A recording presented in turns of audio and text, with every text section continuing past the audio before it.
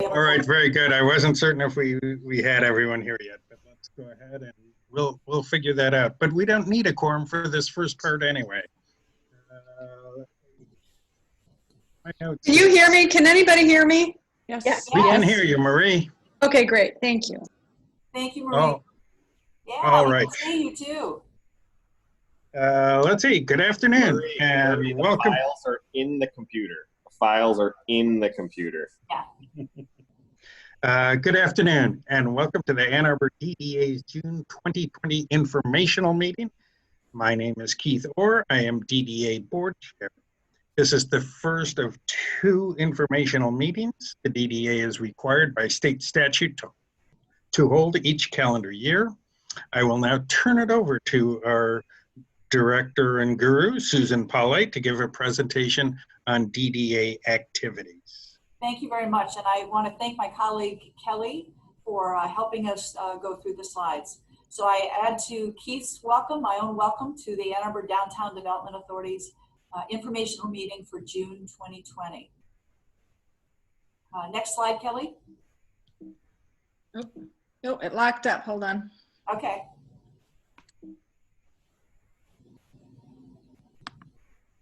There we go. So I'm going to talk about DDA projects and the impacts we're having in downtown, but I'm also going to touch on most recently the DDA work in response to the COVID pandemic in our community. Next slide.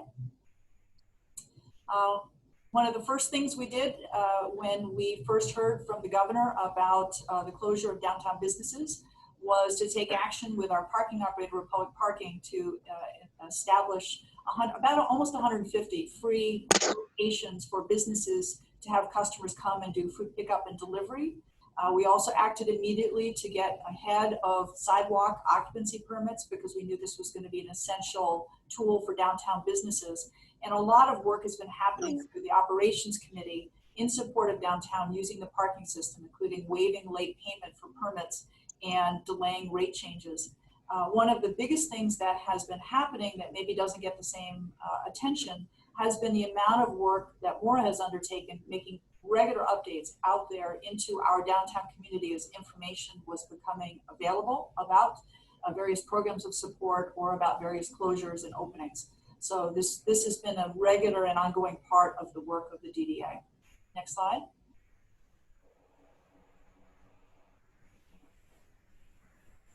Poor Kelly. Well, I'll just keep going. So some of the other things that we've been doing, we'll keep going. Next slide. Yeah, here it goes. Well, we're going to talk about some more COVID activity work in committees as we go into the June DDA meeting. Amber and representatives of Smith Group will talk about how we're putting forward plans to reuse the parking meters on street and the parking lots to support the physical distancing that are required by the state. We have worked extensively with city staff to get a plan in front of City Council, which was unanimously approved on Monday night, to allow for regular closing of downtown streets to again support physical distancing downtown. And also later on your agenda, you'll see a resolution to provide funding for the barricades that are going to be needed to allow these streets to be closed all summer. Also coming up will be plans that we've been developing to use this time when traffic is not the central activity downtown because activities are so slow to pilot projects in our downtown. It's an excellent opportunity to explore what we may be doing in the future, in particular with bikeways. As part of it, there's a tactical urbanism movement afoot in which artists are involved in helping to give expression to those pilot areas. You'll hear more about that as well. We also have in front of you a support that we'd like to put forward in each of the 4 commercial areas. We've made a great investment in landscape and trees, and the 4 associations which have been impacted by COVID, including the cancellation of this year's art fair. They don't have the funding as they normally do to keep the landscape up. So you'll have that in front of you. And finally, we have a proposal in front of you for temporary hand washing throughout downtown. And we're going to touch on resiliency as we go forward with our next slides, which are projects that are not only a response to COVID, but frankly, are a response to resilience in general for downtown. Next slide. As you know, the DDA works with a mission to encourage private reinvestment and to strengthen downtown. And our work is done with a strong commitment to values. We have a long-standing commitment to affordable housing because the diversity of our community is one of our great strengths. We have a long-standing commitment to sustainability. In fact, a major portion of our development plan speaks to sustainability. And we are working in support now of the city's 2030 carbon neutrality goals. We have also a very strong commitment and a board commitment of an approved resolution in support of pedestrian safety and Vision Zero. And we have, as you know, an ongoing commitment to infrastructure and improving our downtown. Next slide. So the projects I'm going to talk about will be Huron Street, William Street, First and Ashley, and State Street. Next slide. Much of the work on Huron Street was undertaken and completed in calendar year 19, and we are finishing that work this spring on Huron Street. Much of the work was in an effort to address a long-standing set of broken infrastructure elements on Huron Street. Broken sidewalks, lights that didn't work, dead trees. We undertook a replacement of the elements with more sustainable elements. So for instance, the street lights were replaced with LED lights, and they are also now bringing the sidewalks up to current lighting standards. And as important to downtown stakeholders, the city will now manage those street lights. After recurrent years where lights were just out for months at a time while we waited for DTE, having the street lights under city maintenance means that they will remain lit, even as issues like light bulbs needing to be replaced.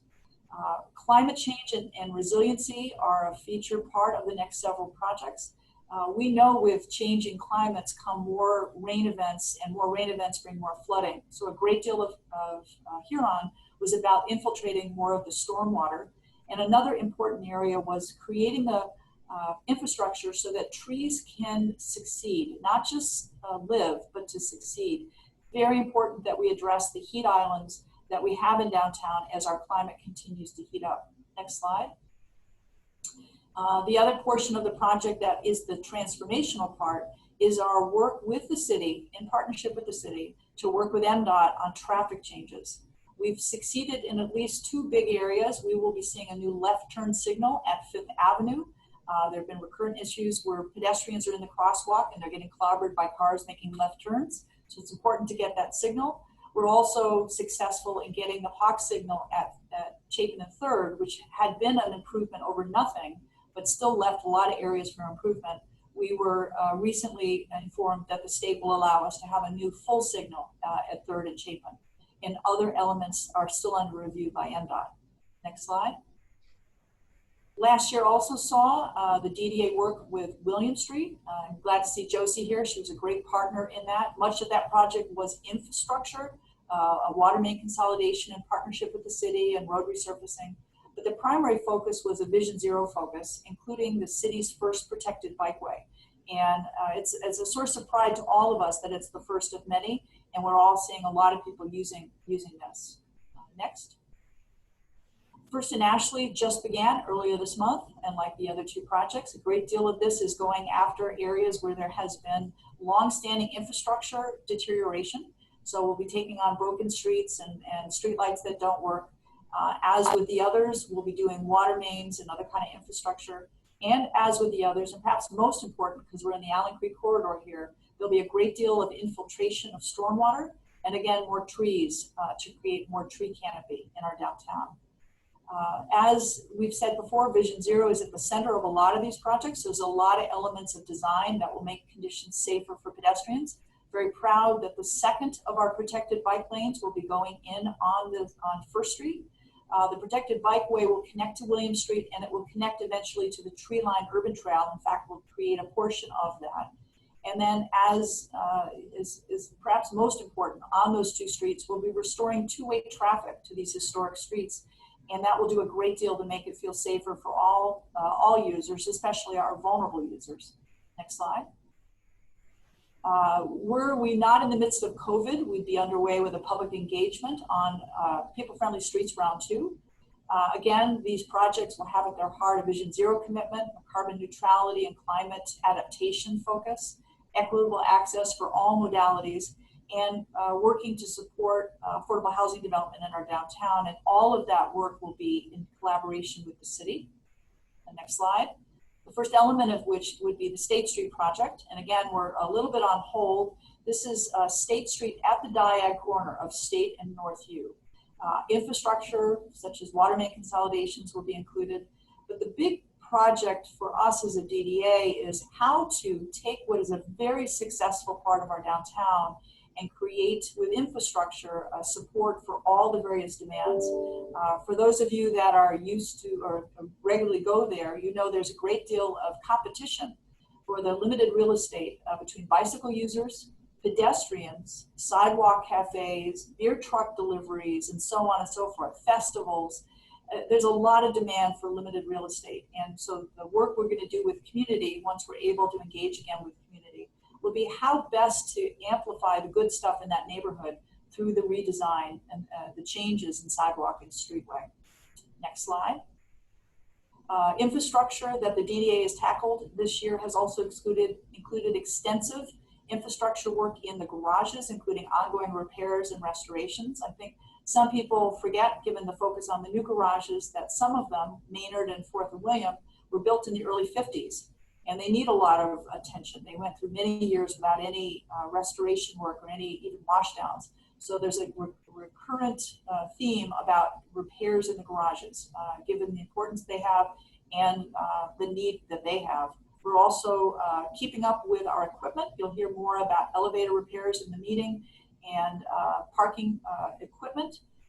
The one project that's underway that I'm most proud of is with Jada's leadership, we're underway with a mechanical systems assessment. We've had for many years a 20-year plan on what kinds of parking garage repairs we should anticipate, but we had never included the mechanicals. So the sump pumps, the elevators, all of the equipment has a life cycle, and the work that is underway is to create a plan around their eventual replacement so that we're not in an emergency situation, so we can plan for the next stage in whatever it is, whether it's a sump pump or an elevator. Next slide. And again, more infrastructure partnership with the city, including recycle cans and so forth. We're very proud of our ongoing commitment to sustainability, and this year we have underway already an electrical examination of how many electric charging vehicles can be added in the garages with current, bad pun, electricity capacity, but also what kind of electrical capacity can be added. We will be taking on an LED lighting study, and we have funds in our budget. We'll talk a little bit more about maybe deferring some of those projects, but not canceling the equipment purchases that will be called out by these two studies. We have a very strong and ongoing commitment to Get Downtown and Go Pass. As you've heard from Chris Simmons, we've celebrated our 20th year. And although the ATA system is temporarily on a more reduced schedule, given the reduction in activity downtown, we remain committed to its rebuilding and regaining our commuters to help them to make their shift from driving alone in their vehicle to using transit. And then just as long as we're here, I want to mention my own personal favorite project. It's now in its 20-something year, which is LED lights in the trees. We light up our trees in the dark days of winter with LED lights, and it runs from November to March. And we've recommitted to this again this coming year. Next slide. And perhaps most importantly, I do want to touch on a 20-year commitment to affordable housing that the DDA has made. We'll hear more in our June meeting about the next phase of work that the DDA can get behind with a grant. We have a substantial amount in our budget for fiscal 21, and beyond what you're going to hear about today, there will be other projects coming forward in fiscal 21. And I'm going to land on my last page, which just again to emphasize the values that drive the work that we do. A long-standing commitment to equity and affordable housing, long-standing commitment to sustainability, pedestrian and safety in downtown, and infrastructure, making sure that downtown works for all of us and all of the users. And with that, I'm going to end the informational meeting for June 2020. I want to thank all of you, in particular our taxing authorities. Thank you, Josie, for making time, and the others who may be listening in. We're very proud of the work we do as a DDA, but particularly proud that we're doing this in partnership with you. We couldn't do our work without our partners. So thank you very much.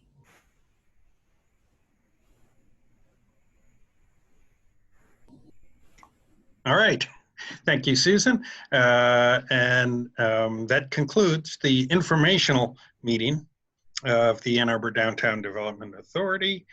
That meeting is adjourned. We go immediately into our monthly meeting. So good afternoon again, and welcome to Ann Arbor DDA's June 2020 board meeting. My name is Keith Orr, and I am the DDA board chair. There are some things I have to go over before we can start because this is a virtual meeting. I also want to say that it looks daunting. We have a lot of resolutions, a lot of presentations, but most of these have been seen by most people, except perhaps the finance ones. So hopefully we'll be able to go through those fairly quickly. And I think the resolutions similarly, I think have been well vetted already, but we'll see how all that goes. So I'll go over details for the meeting to make sure everyone understands what will take place. DDA board members will participate by video and audio. Staff members and other attendees will participate by audio only. Other participants may include Susan Polley, DDA Executive Director, Sarah McCollum, our Accounting Director and Deputy Director, Maura Thompson, Communications Manager, Jada Hallbrook, Parking Services Manager, Amber Miller, Capital Projects Manager, Kelly Graves, Management Assistant, Liz Ralla, a Civil Engineer with the DDA, Mike McInnes, who is General Manager of the Republic Parking System, and Chris Simmons, who is Program Director of Get Downtown. I want to thank all of the members of the public, and last time it looked like we had quite a few people here who are joining us today. Your microphone will be muted during the meetings, but time has been set aside at the end of each meeting for public comment. There are also 4 4-minute speaking slots at the beginning of the DDA meeting for comment. The chat function is enabled for use during the meeting by the board members to indicate you wish to speak. Very important there because then I can see who asked first, where just looking for waves doesn't necessarily do it. Because this is a virtual meeting, we need each DDA member or staff member to identify yourself before speaking. When not speaking, please mute your microphone. Let's see. Voting will be done using a roll call, as we have done in the past. Other votes, specifically the agenda and minutes, will be approved by voice consensus. I think some of the other resolutions may be able to be done so as well because, again, we have vetted them pretty well. But if anyone doesn't want to do a unanimous consent, just let us know. It's fine. It's an essential part of the process to be sure each person's response is identified and correctly recorded on video and for the written minutes. As we begin, I once again want to thank everyone for participating and appreciate your patience and understanding as we go through this process. Susan, if you would please open the meeting with a roll call of the DDA board. Absolutely. Micah Bartomei. Here. Tom Crawford. Here. Alex Deek. Here. Bob Gunzel. Tyler Kinley. Here. Marie Clough. Here. Jessica Letow. Here. Molly McFarland. Here. Darren McKinnon. Present. Rishi Narayan. Here. Keith Orr. Here. Phil Weiss. Here. We have a quorum. All right, thank you very much, Susan. I would like to begin with a vote to approve the board meeting agenda. Do I have a motion? Is this where I would motion to change the agenda? Yes, so this is where you make a yes, motion exactly. to amend the agenda. Yes. That's right, thank you. So Go ahead. I'd like to make a motion to amend the agenda to move the finance report earlier in the meeting because I'll have to jump off I may have to jump off right at 2. Second? This is Jessica, second. And I think this is when we can probably ask for unanimous consent. Any objections to moving the Finance Committee report earlier? Seeing none, then I need a motion to approve the agenda as amended. So Motion. moved. I think Phil moved. There's support for that. Support. Support by Marie. And I'll again ask for unanimous consent. Any objections? Seeing and hearing none. We have an agenda. All right. At this point, we did not have anyone sign up ahead of time to speak, but there are 4 speaking slots, 4 minutes each. Is there anyone from the public who would like to participate? Please speak up at this time. This is Steve Kaplan. Is this where I would do the recap of last night's Citizens Advisory Council meeting? No, that's going to be in just a few more. Okay, Yep. I'll shut up. Sorry. No problem. Any members of the public? All right, hearing none, let's move on. Next is DDA member communications, and remember to please state your name before you speak. Jessica? Yes. I wanted to take a moment to acknowledge the moment that we're in. On May 25th, George Floyd died at the hands of police in Minneapolis. On May 27th, Tony McDade died at the hands of police in Tallahassee. On March 13th, Breonna Taylor died at the hands of the police in Louisville. On November 10th, 2014, Ara Rosser died at the hands of the police here in Ann Arbor, Michigan. I would like for us as a group to pause for a moment in grief and honor of all of our Black brothers and sisters who have lost their lives to one form or another of white supremacy.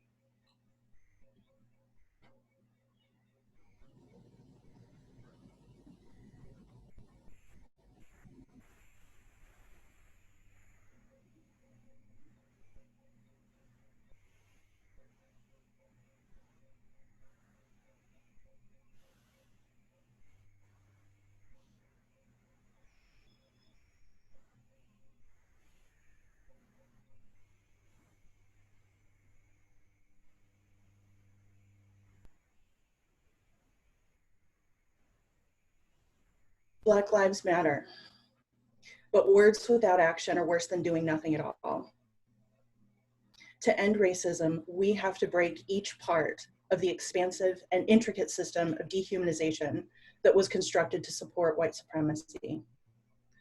We have to see it and fight against it. We have to be anti-racist. I'm renewing my personal commitment to helping our organization be an organization grounded in anti-racism that does not perpetuate the systems and biases of anti-Blackness and white supremacy, and whose staff and board are committed to projects, processes, and outcomes that are just for us all. Thank you. Thank you, Jessica. Any other DDA member communications? It's a hard one to follow. Let's see. So now I'll turn it over to Susan for the Executive Director report. Also, Mr. Chairman, if you don't mind, I think we did, just as I told Steve, we skipped over the Citizens Advisory Council report. Oh, look at that. Just ahead of board comments. It is. Let's go ahead and do that now.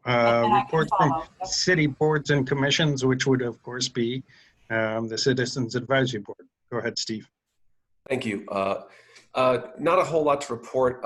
Last night was the first meeting in a while for us. It was also the first Zoom meeting. We had a lot of people getting their head around that process. I think that the substance of our interactions can be kind of categorized into 2 things. One was all of us sort of recapping what the last couple of months have felt like as occupants of the city while it was going through this particular event.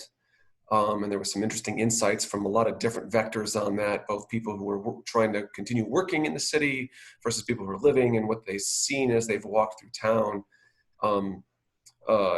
none of it conclusive in a way that I think needs to be repeated here. The other, interesting thing that I think will bear fruit going forward is a lot of us were really, I think, animated to guess or hypothesize about what this event and some of the conditions that will remain with us after this event, how they will permanently change the city and our community and what that might look like. And it seemed to me like all of us were really interested to sort of get our heads around that and to think about, not only what will need to be done, but also some people viewing it, I think, as an opportunity to provide seeds of change that people have wanted to see for a long time. So stay tuned on that front. We'll hopefully have some interesting thoughts and opinions on that. And I think that'll be a really interesting place to engage through the DDA. That's it. Thanks a lot. All right, thank you. Now we'll move ahead. Susan, Executive Director's Report. Thank you. I have 2 items. The first, I'd like to give a shout out and a thank you to the DTE Foundation. They reached out to us and let us know that they had a contribution to make to our downtown community, and with the help of Republic Parking and my colleagues, we were able to get 500 kits of COVID materials, for lack of a better description, which I'm sharing with letting all of you know is available if you know people who are interested. Each kit contains 100 masks, 200 gloves, a jug of sanitizer, and a large hand sanitizer. And we have, as I said, 500 of them. We have asked for Republic's help. They're storing the boxes in the garages.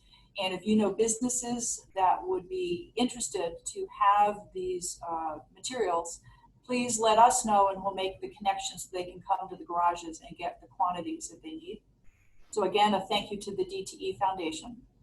And then secondly, very grateful to our friends and colleagues at the city for their help with help of the DDA staff and our 4 downtown associations. City Council approved on Monday night closures this summer in support of physical distancing. Again, this is not closures like a special event. This is to support physical distancing. Our businesses are allowed now by the governor to open up, but they have to maintain a 6-foot distance between tables. And so with the help of all that I've mentioned, beginning on Friday, the 12th of June and running until August 23rd, we'll have regular street closings throughout downtown to allow businesses to expand out into the right-of-way. We'll hear a lot more from the CIC committee. Molly and Jessica, Amber and Smith Group will share a little bit more, but just putting us all out there notice that we're going to begin to see that a week from Friday. So thanks everybody. That's all I have for you. Okay, thank you, Susan. Next are is the approval of the May 2020 minutes. Let's see, do I have a motion to approve them? This is Jessica, so moved. A second. Second. Who is that? Micah, second. Oh, Micah, thank you, Micah. And again, I'll ask for unanimous consent. Any objections?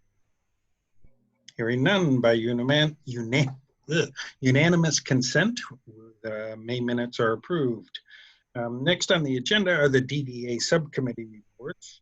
And of course, originally it was starting with CIC, but instead, let's start with the Finance Committee. We didn't specifically say when it would be moved up to, but we may as well move it up right here.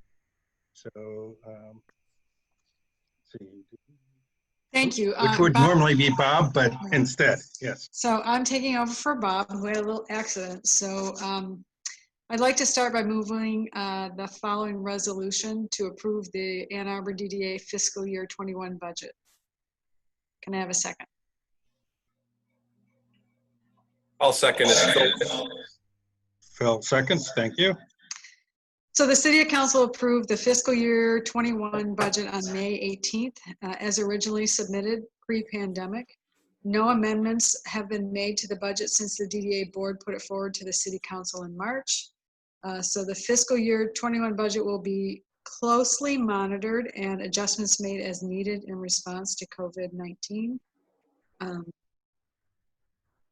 So this has already gone through the city. So now this is the final step where we approve it again as a board. Any discussion? All right, hearing none. I think everyone's been through this, so I will ask if there's unanimous consent. And again, if there are any objections, please feel free to let us know. All right, hearing none. We have a budget. Back to you. All right, so the financial statements, the February, March, and April expense registers were reviewed and will be published on the DDA website. The third quarter financial statements were reviewed, and Sarah is here if anybody has any questions. Seeing none, the next Finance Committee meeting will be Thursday, June 25th at 9:30 a.m. Wait, Marie, I have a question. You can't leave us hanging. You said Bob had an accident. How is Bob? I think Bob broke his ankle. Oh, And so he's in a cast right now, and he's resting.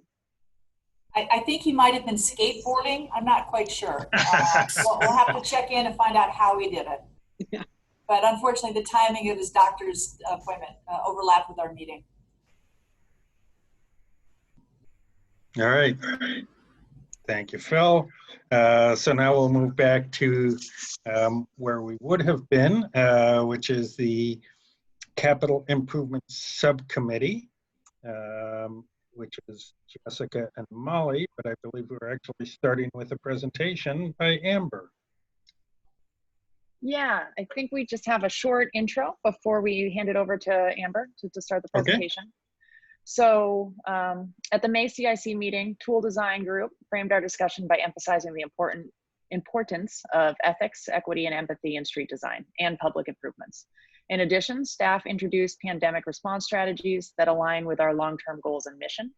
Prior to discussing action items, we felt it was important to ask Amber Miller, DDA Capital Projects Manager, and Oliver Kiley, Smith Group Principal, to present a brief overview today. So I'll hand that over to Amber.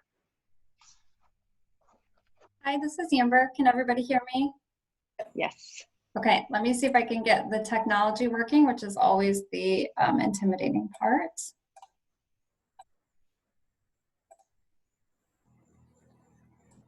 Technology is great, except when it isn't. Okay, can everybody see the screen? Yes. Great. So I think Susan teed us up really nicely for this presentation. So Oliver and I are going to move through pretty quickly. And if you have questions, we are here as you discuss the resolutions. So at the Capital Improvement Committee meetings, we've been talking about the importance of building resiliency through our pandemic response and our capital projects. And as a mission-driven organization, we have the ability to respond to multiple goals simultaneously. So we can advance our goals, and we must advance our goals for safe streets, carbon neutrality, and equity while we respond directly to the challenges of COVID-19. And then I'm going to turn it over to Oliver to talk through some best practices. Great, thank you, Amber. So this is Oliver Kiley from Smith Group. You can jump to the next slide, please. So in many of our conversations over the past many weeks and months now, we've been kind of continuously looking both at Ann Arbor and other communities to kind of understand the trends and the patterns that we're seeing. We're certainly seeing, an increased demand for walking and biking space, increased pressure for those curbside uses, many of the kinds of flexibility that the business community wants. We need to be responsive, and there's an opportunity to be responsive there. So lots of things that we're seeing. Next slide. And so On a very positive note, the kind of broader design, planning, community, public agencies have been working to issue and develop guidance around how communities can best respond safely to COVID-19 while things start to open back up. And so it's really critical as we look at what we would like to do in the DDA that we think through very adaptive strategies to help respond to the pandemic, to implement things that can change as the conditions and the requirements around managing the pandemic evolve. But the other interesting side of this that's important to highlight is that many of these things that we are implementing in the short term can help us inform kind of long-term use around the downtown environment and how it's designed and operated. One of the harder realities to this whole pandemic situation is that we don't know what the new normal is going to look like in the future. And we're going to likely be in a very long period of change. So being adaptive and responsive and flexible in how we manage our street environment for public health and safety is really critical. So there is guidance coming out about that. Next slide. And so to help kind of organize our thinking on this, we're really looking at two types of response projects, temporary response and then pilot projects. Both of these kinds of projects directly seek to mitigate COVID-19 impacts, but the temporary projects are ones that would likely be removed or discontinued when COVID-19 goes away, whereas some of the pilot projects is an opportunity to explore and inform some longer-term decisions around how streets and public spaces might be used in the future. And so there's more of a monitoring component tied into those projects. All right. This is Amber. Oh, go ahead, Amber. Thanks, Oliver. This is Amber. I'm going to jump back in here. So over the past couple of months, we've been working with our partners at the city and the downtown area associations to shape a response strategy using our streets. And I'm just going to quickly review those.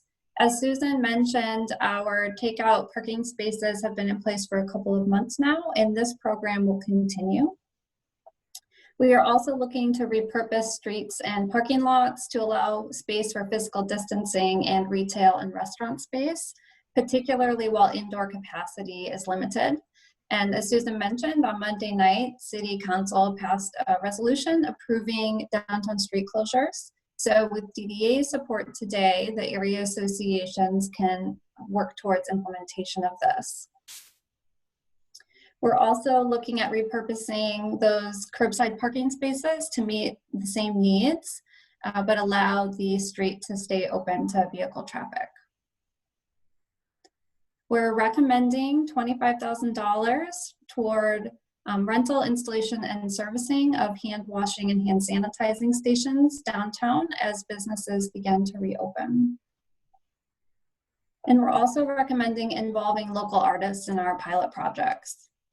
This program will allow artists to receive a living wage while designing elements for our pilot projects, which Oliver will talk about right now. Great, thank you, Amber. So Amber had just talked through some of those temporary response projects, and now we'd like to talk through some of the pilot projects. So next slide, please. And again, these pilot projects that we'll talk through, the idea is to mitigate COVID-19 impacts today, in particular supporting safe and healthy connections into the downtown so that people, whether they're walking, biking, or driving, can actually get to these commercial areas in a safe and efficient manner during the COVID-19 crisis. But then these projects will be an opportunity to inform longer term opportunities in alignment with the DDA's long-term plans as well. So the process, I just want to take a moment to kind of walk through this. Part of the work has been to identify where some of these short-term needs are and where they may line up with some longer-term opportunities. The coordination of these pilot projects is really critical as well. The City of Ann Arbor has issued a Healthy Streets survey that's been asking residents to help identify primarily places for street closures, but other areas for potential improvements or potential connections. And so the pilot project work that we'll talk through today is being closely coordinated with City of Ann Arbor staff from a design and engineering standpoint to making sure that these projects connect and support each other. We've also been coordinating these improvements with the area associations and avoiding any conflicts with the commercial uses for the streets in areas. So these are really about projects that help bring people into the core commercial areas of the downtown. So we're kind of at step 3 today, looking to seek DDA board approval through our resolutions to support these pilot projects. And then what's important to note is these pilot projects do require travel lane, roadway reallocations of space, which if we're modifying turn lanes, travel lanes, or a block or more of parking, requires city council approval. And so this will be part of a package going forward to city council in the future. And what the request will be is that these pilot projects be in place as a 90-day sort of implementation period connected to an ongoing monitoring and implementation plan so that we can look and see if these are working, if they're not working, if adjustments need to be made within and beyond that 90-day period. We'll then trying to get projects installed as quickly as we can and then begin that monitoring process. So on the first point, and this goes back to some of the national guidance that's emerging around COVID-19 response and just general mobility guidance as well, as looking for where some of those gaps in our non-motorized networks are within our community, and looking to see if we can both fill those gaps and address COVID-19 responses in conjunction with one another. So we looked at many of the bike lanes that are feeding into downtown, for example, to understand where might there be gaps in the network. How can we provide safe, low stress facilities for people to be able to access those core commercial areas where there's restaurants, retail, and other businesses in greater concentrations that we want to connect people to. Next slide. So we, through this process, identified 4 separate projects. One, a bikeway along Miller and Catherine as a pilot project from the First Street area to Division Street, a bikeway on Division from Packard north out of the DDA, potentially as far as the Broadway Bridge, a short section connecting the bike lanes on Packard to Main Street in the William Street bikeway, and then a small section in the State Street North University area to help connect the end of the William Street bikeway into additional bike lanes that are running along North U and head out further to the east. And the idea was really to provide connections kind of coming from all quadrants of the community, that we provide ways for somebody in any of the wards around the downtown area to be able to get into and through the downtown safely. Okay, next slide. So this was just an example block. This was between, on Catherine Street, between 5th Ave and 4th Ave over in the Carytown area. So one of the blocks along there today has kind of regular width conventional bike lanes. There's 3 travel lanes, 2 going in one way or in one direction. As many people know, there's the stop at 4th and Catherine that can be a little bit confusing. And so next slide. We're looking to implement with kind of temporary treatments, bollards, barricades, things like that, implementing ways of reallocating street space that still provides, an acceptable amount of travel laneage for vehicles, but then provides much more space for walkers, people biking. In this particular case, if we're creating a separated bikeway on one side of the road, the bike lane could be repurposed as additional sidewalk passing space. There's a lot of areas in the downtown where there's very narrow sidewalks. This would help support that, as well as providing a wider bicycle facility that's separated and lets a broader range of users comfortably access the downtown. So that was a representative block there. And then this example along a section of State Street from North U to Liberty Street. Again, there's a 3-lane road section there, and lots of businesses concentrated in this area, of course.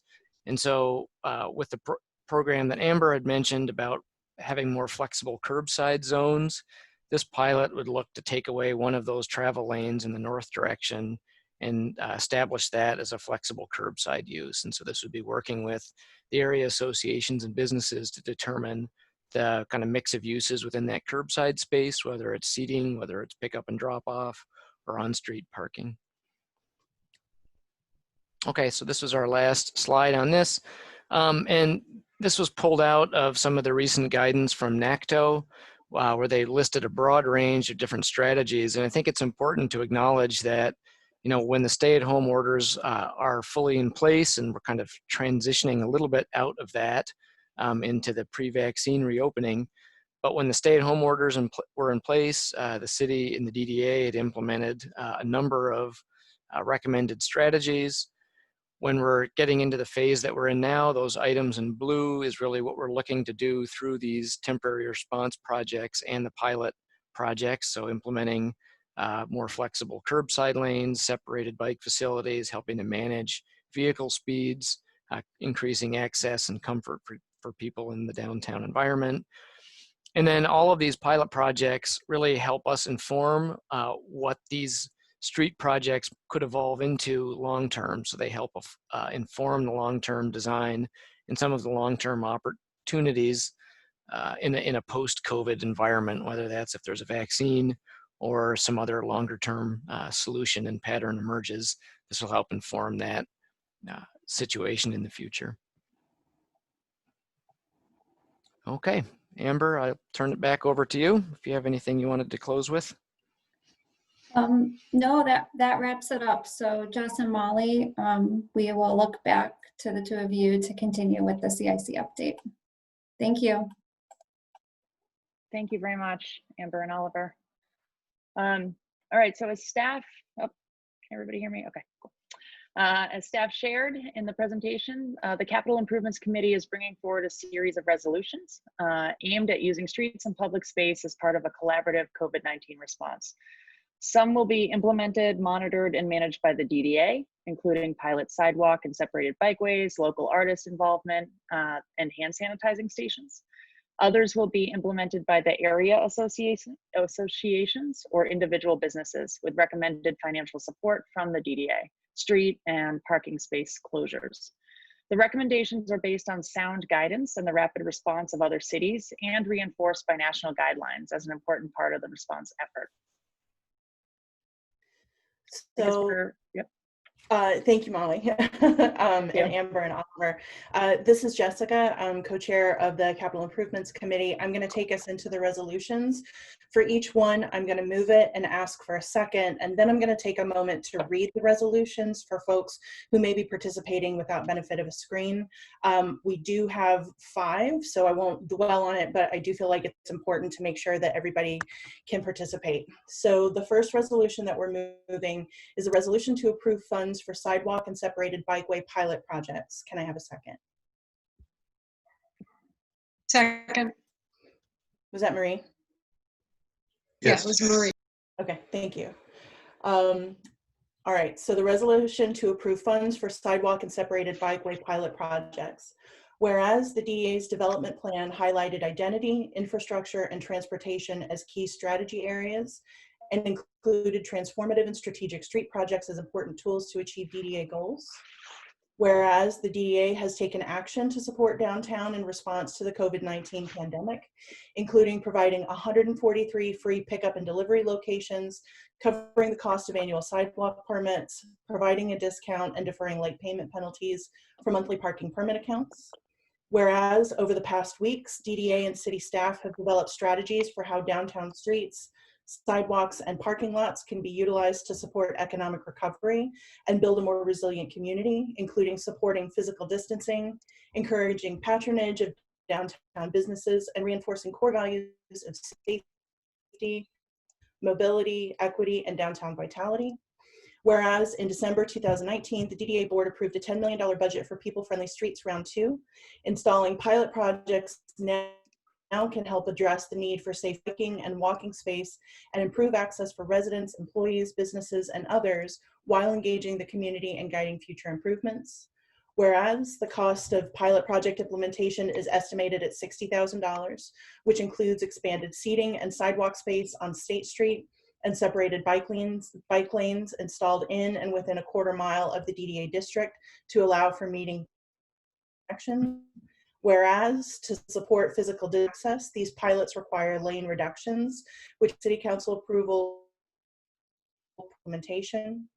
The DDA board approves a pilot budget, a pilot project budget of $60,000 to be paid from the general fund, allowing staff to respond quickly and flexibly with City Council approval. Resolved that the Ann Arbor DDA Executive Director is authorized to sign the necessary contracts to implement the pilot. So, discussion.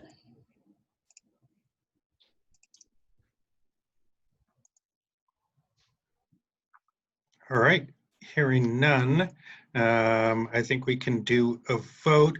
I'm going to quickly ask you because there are five of them. Sorry? What's that? Go ahead, Jess. I was just going to say, in general, how people feel about asking for unanimous consent over these next five. I know there are ones that I think everybody has seen and we've talked about. And of course, you can always say on any individual one that you're not comfortable with it. So if everyone's fine with that, I'm going to continue with that for these resolutions. So I will ask for unanimous consent on the resolution to approve funds for sidewalk and separated bikeway pilot projects. Hearing none. Wherever my gavel is passed. Back to you, Jess. Thank you. So I'd like to move the following resolution to approve funds to partner with local artists in the Arts Alliance on DDA pilot projects. Can I have a second? Second, Micah. Thanks, Micah. Reading the resolution, whereas the DDA's development plan highlights identity, infrastructure, and transportation as overarching strategy areas, which include improving safety and economic vitality through pedestrian and bicycle improvements. Whereas the DDA has taken action to support downtown in response to the COVID-19 pandemic, including providing 143 free pickup and delivery locations, covering the cost of annual sidewalk permits, providing a discount and deferring late payment penalties for monthly parking permit accounts. Whereas over the past weeks, DDA and city staff have developed strategies for how downtown streets, sidewalks, and parking lots can be utilized to support economic recovery and build a more resilient community. Whereas, as part of the DDA's pilot efforts, staff recommend partnering with the Arts Alliance, a nonprofit arts organization, to involve local artists and build community during a time when many are economically affected by the pandemic and necessary stay-at-home order. Whereas similar projects have been implemented all over the country pre-pandemic, including Spirit Plaza in Detroit, and Smart Growth for America is now encouraging communities to include artists in their rapid response projects. Whereas to support local artists while meeting the other DDA goals for access, safety, and vibrancy, staff recommend that the DDA provide up to $35,000 to cover the costs for 4 project installations, including artist time and materials and the Arts Alliance cost to manage the program.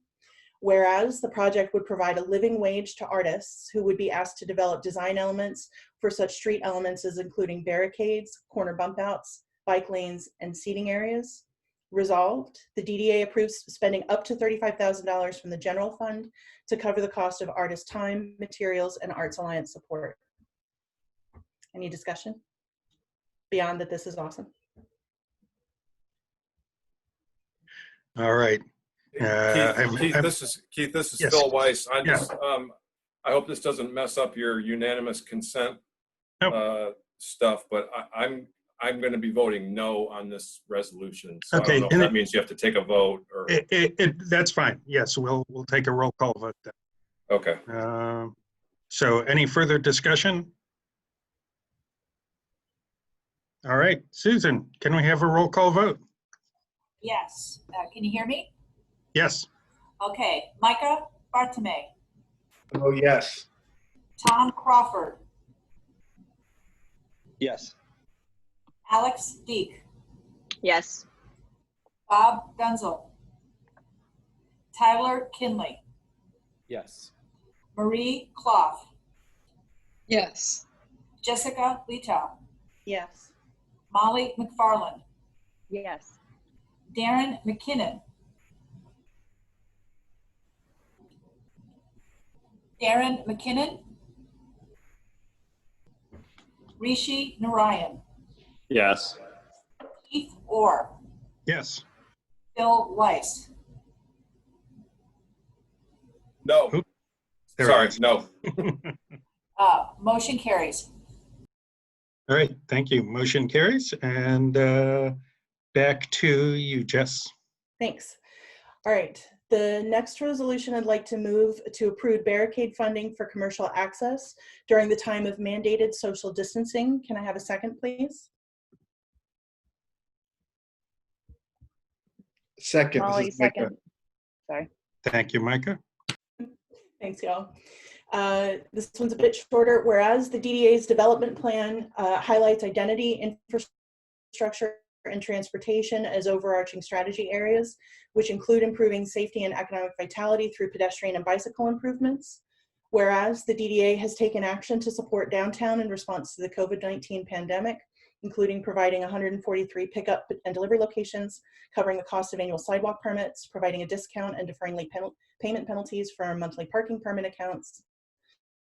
Whereas over the past weeks, DDA and city staff have developed strategies and programs for how downtown streets, sidewalks, and parking lots can be utilized to support economic recovery and build a more resilient community, including supporting physical distancing, encouraging patronage of downtown businesses, and reinforcing core values of safety, mobility, equity, and downtown vitality. Whereas a necessary part of these programs will include the use of PVB and Type 3 barricades and grabber cones to temporarily close streets and repurpose on-street parking spaces. Whereas staff have recommended that the DDA waive all meter bag fees and provide up to $50,000 total to the 4 downtown area associations to cover their cost of installing, removing, and renting this equipment during the time of mandated social physical distancing and economic recovery. And this recommendation is supported by the Capital Improvements Committee. Resolved, the DDA approves waiving all meter bag fees and spending up to $50,000 from the general fund to cover the cost of the downtown area associations installing, removing, and renting barricades and grabber cones to temporarily close streets and repurpose parking spaces. Any discussion?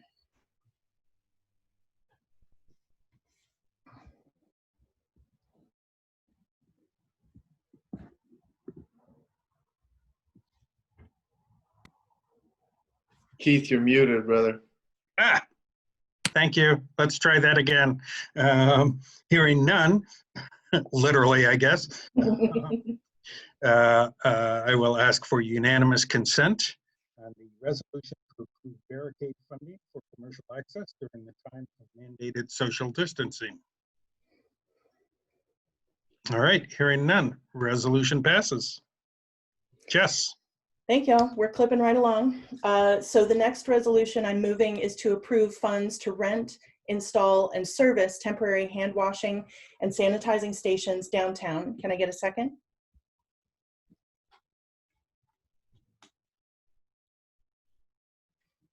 Shirley, Molly, second. Thanks, Molly. Whereas the DDA's development plan highlights identity, infrastructure, and transportation as overarching strategy areas, which include improving safety and economic vitality through pedestrian and bicycle improvements. Whereas the DDA has taken action to support downtown in response to the COVID-19 pandemic, including providing 143 free pickup delivery locations, covering the cost of annual sidewalk permits, providing a discount and deferring late payment penalties for monthly parking permit accounts. Whereas over the past weeks, DDA, city staff, and the downtown area associations have developed strategies and programs for how downtown streets, sidewalks, and parking lots can be utilized to support economic recovery and build a more resilient community, including supporting physical distancing, encouraging patronage of downtown businesses, and reinforcing core values of safety, mobility, equity, and downtown vitality. Whereas to improve safety and comfort as downtown restaurants and retail open with a stronger outdoor presence, staff recommend that the DDA provide up to $25,000 to rent and install temporary hand washing and sanitizing stations downtown, which will be approximately 6 to 8 stations. Resolved, the DDA approves spending up to $25,000 to cover the cost of renting, placing, and servicing temporary hand washing stations downtown to be paid from the general fund. Any discussion?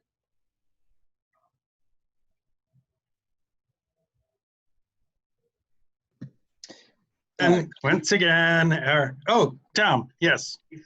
Sorry, this is Tom. I raised my electronic hand. I wasn't Oh. sure.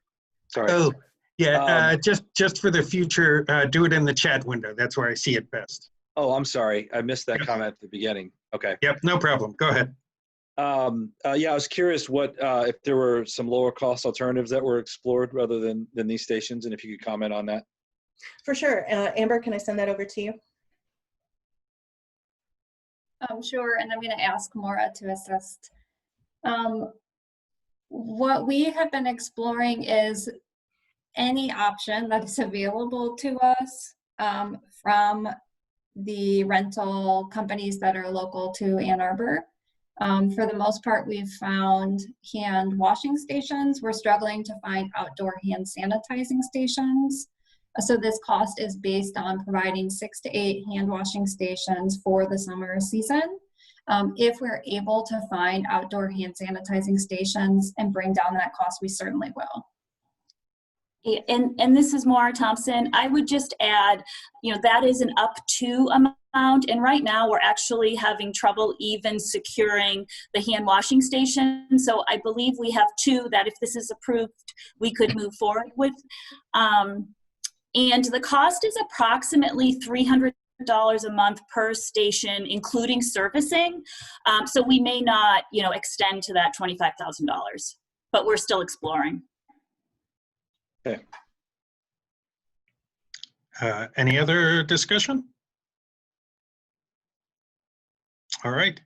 Hearing none, I will ask again for unanimous consent for the resolution to approve funds to rent, install, and service temporary hand washing sanitizing stations downtown. Any objections to unanimous consent? All right, hearing none. Motion passes. Jess, you're almost there. Thanks, yeah. We're in the home stretch. Last one. So I'm going to move the following resolution and ask for a second. The resolution to approve an amendment to the agreement with Heritage Lawn Care for general right-of-way repair services. Can I have a second? Molly, second. Thanks, Molly. Whereas the DDA's development plan highlights identity, infrastructure, and transportation as overarching strategy areas, which includes improving economic vitality through pedestrian improvements. Whereas in May 2017, the DDA issued a request for proposals for general right-of-way repair services, including brick repairs, tree plantings, banner installation, bike parking, and landscape maintenance as needed. Whereas the DDA received 2 responses and selected Heritage Lawn Care based on their proposal response and lower fees, and entered into an agreement for fiscal year 18 and subsequent extensions for fiscal year 19 and 20 services. Whereas the downtown area associations have experienced significant revenue shortfalls due to the impacts of COVID-19, and they have asked the DDA for assistance this year, maintaining the planters and landscaping in their areas as they do not have the funds. Whereas to respond to this request as quickly as possible, staff recommend the DDA approve a 1-year extension to its contract with Heritage that would also include landscape maintenance in the 4 commercial areas, and this recommendation is supported by the Capital Improvements Committee. Resolved, the DDA approves an amendment to the professional services agreement with Heritage Lawn Care not to exceed $100,000 for 2021 for general right-of-way repair services, including landscape support throughout the 4 commercial areas, to be paid from the general fund, and authorizes the DDA board contract amendment. Any discussion?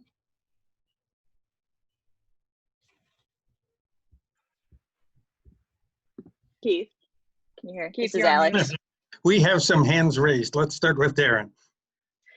Yeah, I wanted to thank Amber for putting together the graphic that's on page 27 that goes along with this resolution, because it highlights the geographical areas that we're covering, which was unclear to me during the committee meeting. And realizing that we're taking this on due to financial impacts on the merchant associations that typically do this, my gut feeling is that we're going to see ourselves obligated to taking care of these for the foreseeable future going forward. So in light of that, it would make sense, and certainly we don't have the money to do things like this now, but to try to connect the dots, so to speak, so that the purple and the yellow and the red all touch, We don't have to do every street everywhere, but it would make for a good continuity so you don't have this patchwork of some landscape being taken care of nicely and some not. So other than that, I'm happy to support this, but I would like to consider maybe expanding it going forward when we're in a better economic position. All right, thank you, Darren. Micah. Yeah, and thanks for this graphic too. I didn't see that before. I kind of, so to be clear, we already have 3 years of commitment in South U and Carytown. And the new requests, which these funds are supporting, are the State Street request and the Main Street request.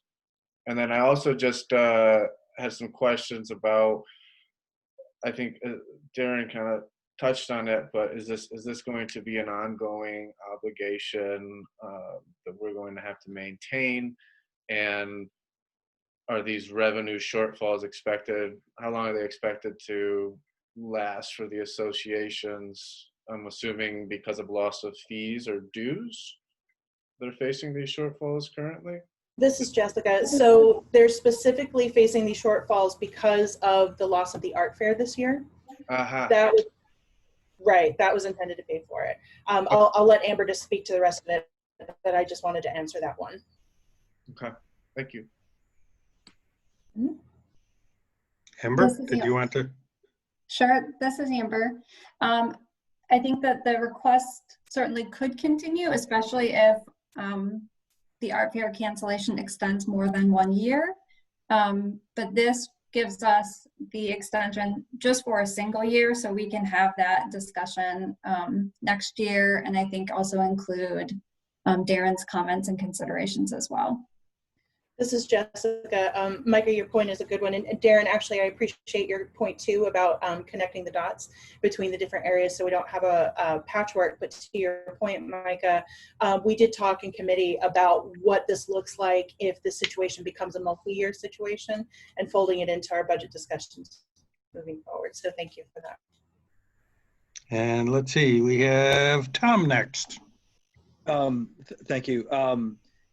Is there, have we historically done this, or is it, it sounded like if there's a 3-year commitment, I'm just kind of confused if how that relates to if we've done this before versus this is the art fair cancellation this year is driving it. I have some hesitation about, if this is the planters and things, I have some hesitation about this being picked up every year. Anyone want to address that?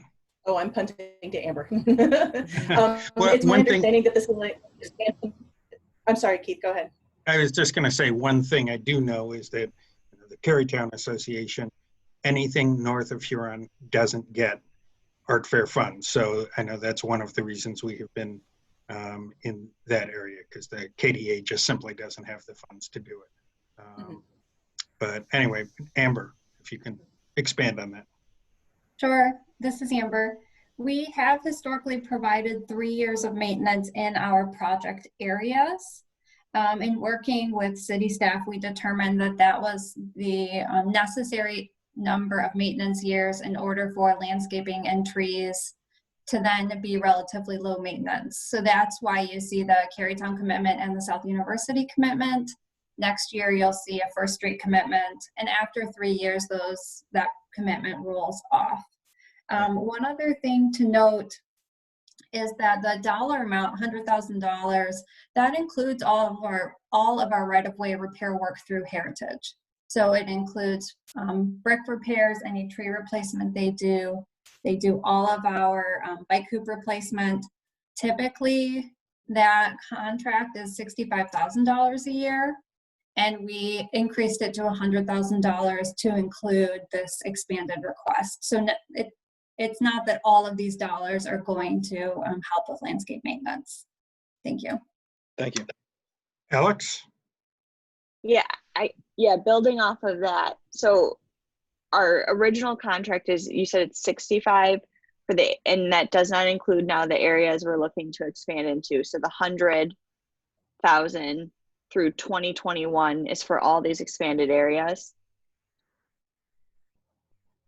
This is Amber. It gives us the flexibility to be responsive and supportive to the Main Street request and the State Street request.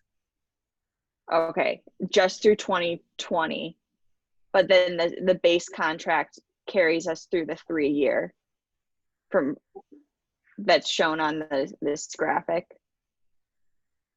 that's already been committed. This is Amber. Depending on the project, that the maintenance may be done through the contractor that did the original install. And in some cases, we've decided not to rely on the contractor that did the original install, and that work is done through Heritage. Okay, so but the base contract that we're not extending, that carries through the 3 years that's been committed. I just don't understand what the difference is between our original one and then now what we're voting on today. Our original contract, what we're extending. And is the 100,000, we have 65 originally and we're bumping it to 100, or is this a new one? I don't even, I guess I just don't understand. This is Amber. I can try to clarify. So the resolution is speaking to our contract with Heritage Landscaping for right-of-way repairs. And we use them to accomplish a range of repairs. And within that contract, we would be responding to the request from Main Street and State Street.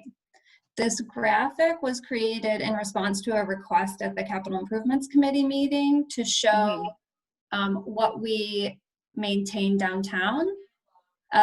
And the Carytown maintenance, for example, is not done through Heritage, but the South University is. So the graphic was meant to be more of a visual representation of what the DDA would be maintaining if this resolution passed through fiscal year 2021. Okay, so this is basically the contract through 2021. Correct. So, okay, so it's not really an amendment. It's like entering into a new contract with Heritage to cover all these areas. This is Jessica. Alex, if you remember, we had already passed our budget. And so this is just kind of acknowledging that for the next fiscal year, we have to make a change to that one contract. Okay. And this is Maura. Can I just add, excuse me, one thing, excuse me, that might help. Alex, the Southview and Carytown, that maintenance work is covered through the project budgets that were already passed for those projects. So completely separate than the $65,000 or $100,000 that we're looking at for Heritage. Okay, okay. That does help. Thank you.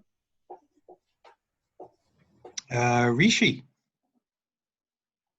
One extra point of clarification, or I missed it. The 3 years of committed South University project, we're already a year in. So is that 3 years from this year, or are we? I think because people keep talking about 3 years, I just want to make sure that we're all on the same page as to when that ends, since it doesn't really say. Same with Carytown. I think that was a year later than that. So I think we just got to get context on what all of these landscape, commitments are. This is Amber. For South University, this coming season will be our last year of maintenance in South University. So it's 3 years after final installation of the project. And I think some of what's complicating the discussion today is that the map was included to respond to a specific request about geography, but it doesn't fully explain the resolution. Right. So yeah. So I guess my point is that it says, the map says 3 years. It paints the picture of 3 more years, but actually that's 2020 or ends in 2020, or whether or not that continues on for all 4 or whatever would be probably a further conversation. But to what Darren brought up, and then Carytown, I believe, is 2 more years. So really, it is. I get where it's a little misleading, and that was the first thing that popped into my mind. So it shouldn't read as 3 years because it kind of leads itself to thinking about down the road. Okay, Marie. So this is really only talking about the 2 boxes that say request. These are the only things that we're talking about adding funds for. And it's because that organization has lost the funding that they would have gotten from Art Fair, and they're asking for the DDA to help them continue with this work for this year. Is that correct? This is Jessica, that's correct. Okay.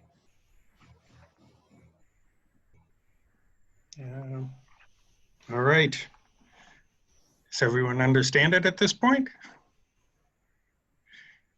I'm going to go out on a limb here and say perhaps we should do a roll call vote given the amount of discussion here.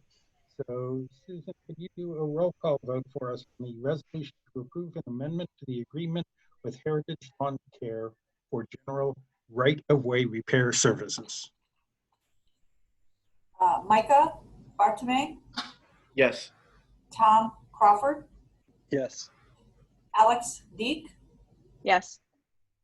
Bob Gunzel, Tyler Kinley, Yes. Marie Clough, Yes. Jessica Letow, Yes. Molly McFarland, Yes. Karen McKinnon, Affirmative. Rishi Narayan, Yes. Keith Orr, Yes. Phil Weiss. Yes. The resolution is approved. All right. Thank you, Susan. Back to you, either Jess or Molly, whoever's taking the updates.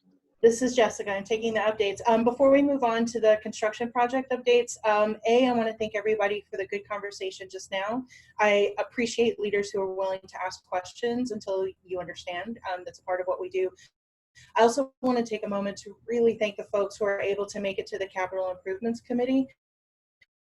We're able to get so much done in committee because people come and show all the way up and ask really hard questions. And also thanks to Amber and Maura and Liz and folks who take the time to respond to all of those questions, both in the committee meeting and after. We're able to move mountains because the committee meetings are so productive. So I just wanted to take a moment to thank everybody for that. So moving over into project updates. Huron Street. Paving and striping was completed last week, and most of the traffic control devices have been removed. The remaining punch list items and cleanup will be complete by next week. MDOT signal work is scheduled for spring of 2021. On William Street, pavement markings are scheduled to begin this week, weather permitting. Given the variety of markings, it will take multiple crews to complete. On First Street, the next few weeks will consist of grading and installing storm sewer, conduit, concrete, and light pole foundations on the east side of the road from William to Huron. Paving at the First and Jefferson intersection will begin this week, weather permitting. Work on the west side of First Street from William to Huron is expected to begin in early July. The next Capital Improvements Committee meeting is Wednesday, June 17th at 11 a.m. All right. Thank you very much. We got through all that. And now we move on to operations, I believe. So Phil. Yep, that's me. We're going to start with a presentation that Jada and Sarah gave at the Operations Committee last week on the COVID-19 parking expenditure responses. So ladies, please take it away. Can everybody hear me? This is Sarah. Yes. Good. Go ahead, Kelly. Next slide.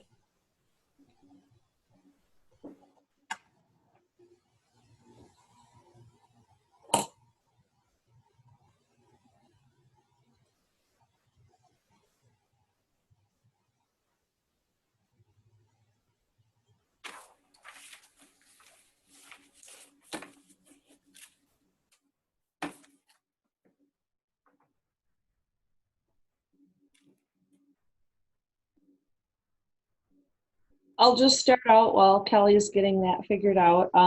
Okay. So in April, staff presented some information on the impact of COVID-19 on parking system revenues, outlining what we considered to be optimistic predictions for those revenue losses. The presentation today furthers that discussion by outlining some potential expenditure responses that staff has been developing and will continue to develop that keep in mind the goals and objectives established in the DDA's development plan. So this slide was included in last month's presentation, and we'll use this as a starting point, jumping off point here. The focus at that time was COVID-19 revenue impacts through fiscal year 23. It did include some limited expense adjustments for fiscal years 20 through 23. On the expenditure side, it was limited to the city's 20% payment and credit card fees, which are based directly on revenues, and also a 50% cut to capital expenditures for fiscal year 21 and beyond. Note that there was no adjustment to capital expenditures for fiscal year 20 in this projection. We looked at the bottom line here, and it was clear that further expenditure cuts would be needed to keep us out of the red. So that's what we're looking at today. We'll begin by taking a quick look at projections for fiscal year 21 year end, and then we'll move on to 21 and look at potential expenditure responses for that year. So this is a kind of zoomed in look on fiscal year 20. Same format.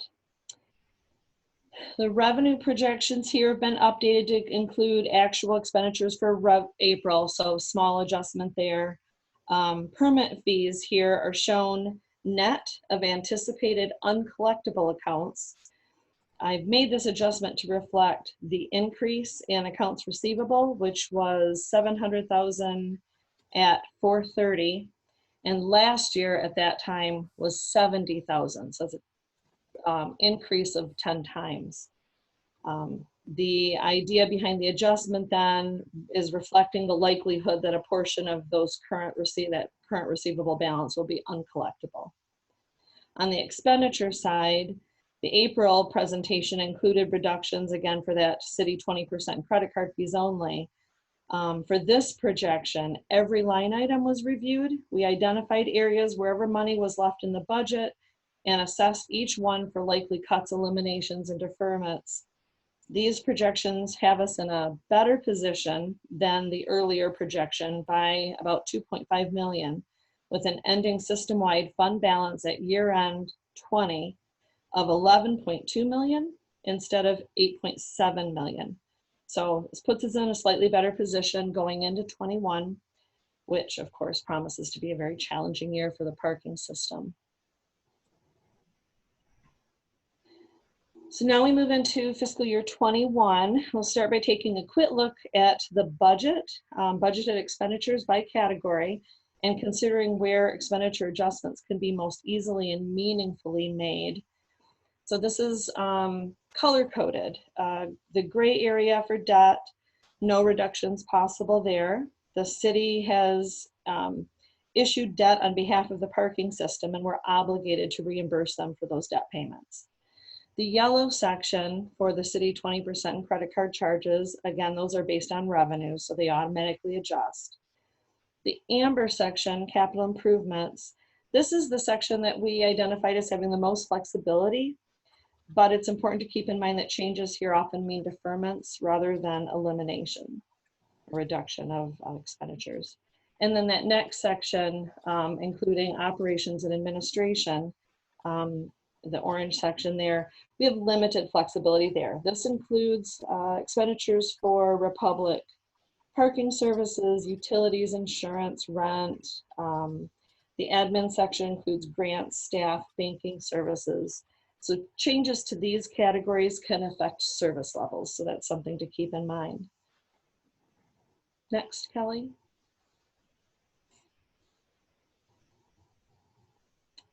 Oh, no, go back up one. There we go. So this is the same data, but in a pie format, just to give you a sense of scale very quickly. The two biggest sections, capital improvements and operations, make up 64% of the whole. So that's where most of our focus has been in cuts, but also on administration, that little piece of the dark orange, that's 6%. The rest of this presentation will focus on those areas, but we will not talk any further about debt service and the city and credit card charges. And now I'll hand this over to Jada, and she'll walk you through those components that we're going to look at in more depth and potential expenditure adjustments. Hello, this is Jada. This slide shows a breakdown of the capital improvements and expenditures budgeted for fiscal year 21. As we move through the next several slides, we'll show where our expenditure plan is different than budgeted amounts. For the sake of time, I'll keep the information on each side a little more brief for this meeting than what I shared at the ops meeting, but we can always circle back if there are questions. Last fall, staff went through a robust process for selecting new parking equipment, and in January, the board approved a purchase and established a project budget. Bids were lower than what had been anticipated and budgeted for, so that was good news.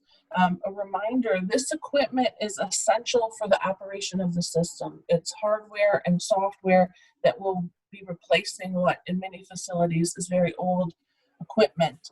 So this spending is not something that we're able to defer or eliminate.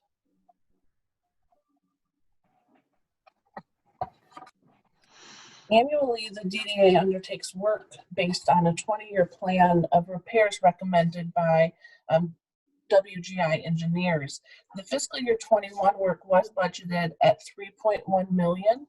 I worked closely with engineers to review the proposed scope of work and identify which elements were urgent and which could be delayed. This potential adjustment is $1.8 million. It's important to remember, however, that this is a deferment of expenditures, not an elimination. The work will still need to be done. We're just choosing to prioritize and tackle only the most critical elements this year. The DDA has had a strong and proactive structural maintenance plan for many years, and this good work allows us to have a little bit of breathing room this year.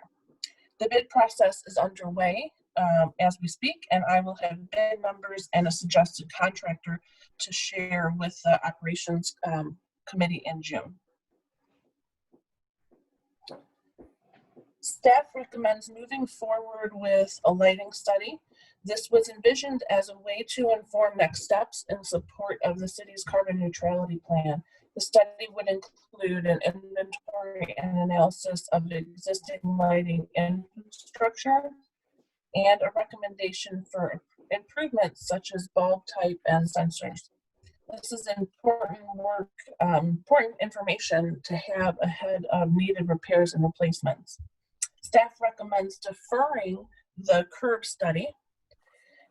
This period of disruption is not a great time to measure how often and for what people use curb space. However, we realize this is still very important work that will need to be done, and staff will continue to refine what the study will look like so we can be ready to go when it makes sense to move forward with this.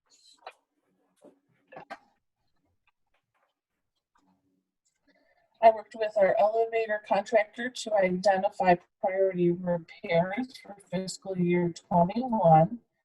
Ann and Ashley and 4th and Washington are locations that have important work that needs to be undertaken.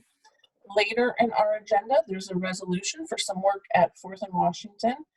And at our operations committee meeting, we discussed the Ann Ashley work, and I'll be bringing some more information regarding that work to the next meeting.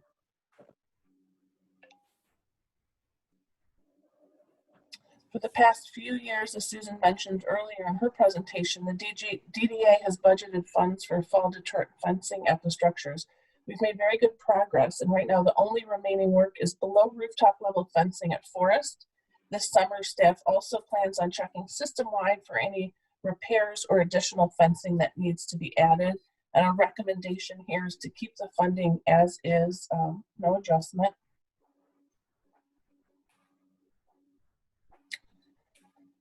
Some other capital items, we're working to keep dollars for software needs at the DDA and some dollars for basic parking system repairs.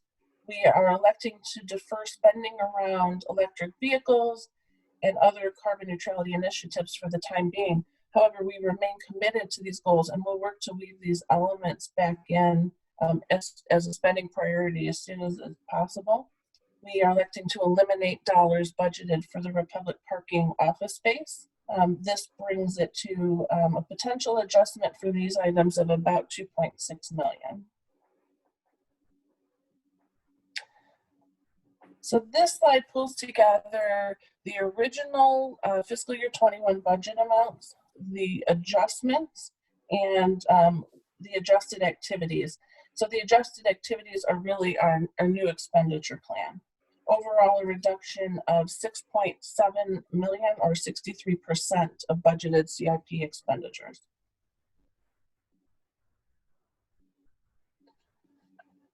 If you think back to the numbers that Sarah shared at the beginning of this presentation, operational expenditures account for the second third of the budget. This includes parking operator and DDA expenditures. On the Republic parking side, reductions have been made to personnel costs that will result in around a 30% reduction. These cuts were made based on a recognition that there's likely to be reduced parking demand for quite some time. Republic has also been asked to cut their admin, maintenance, and subcontractor costs by 20%. Since mid-March, basically all non-critical expenditures and repairs have been on hold. It's important to note that some of the spending in these categories is for maintenance and repairs. So we'll be working closely as a team to be sure that all expenditures are in line with budget priorities and the 20-year plan. But it's important to think about some of this spending that they're cutting as a deferment as well, rather than an elimination. On the DDA side, there was a straight 25% reduction to the categories where we could make adjustments.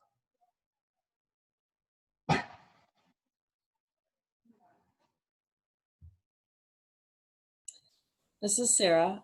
So this is Sarah, I think this by. Oh, can you hear me? Yes. Okay. Yes, we can hear you. So for parking system administration, this was that little 6% slice of the overall expenditures pie. The potential adjustment here was identified as almost 325,000. And we just kind of looked by broad category for the most part. We know that we'll see some reduced Go Pass reimbursement reductions through the end of the year, and also some reductions to payroll contingency, and just kind of overall on top of that of 18%. So this brings all of the things that we've just looked at kind of together. You are seeing, we start from left to right. We start with budget numbers in the first column. And then, so beginning with that $11.2 million budget, or I'm sorry, fund balance at the bottom that's circled.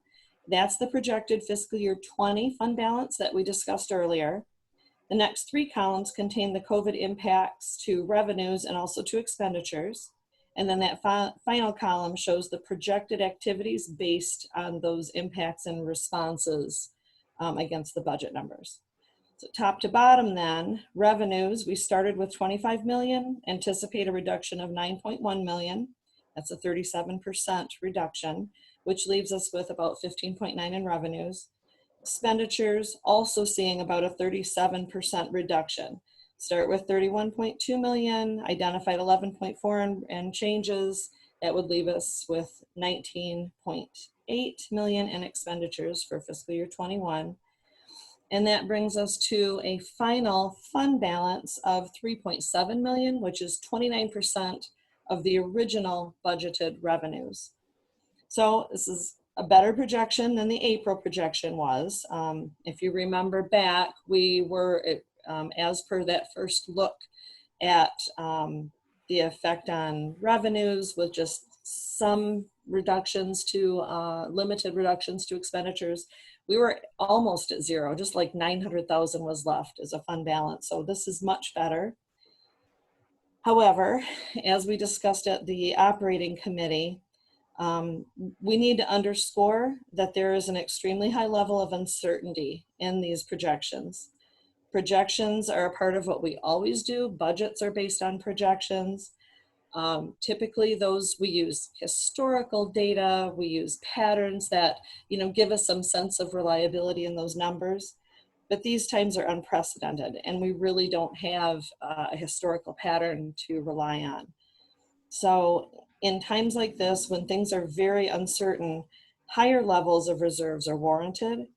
So these projections, staff feels should not feel comfortable.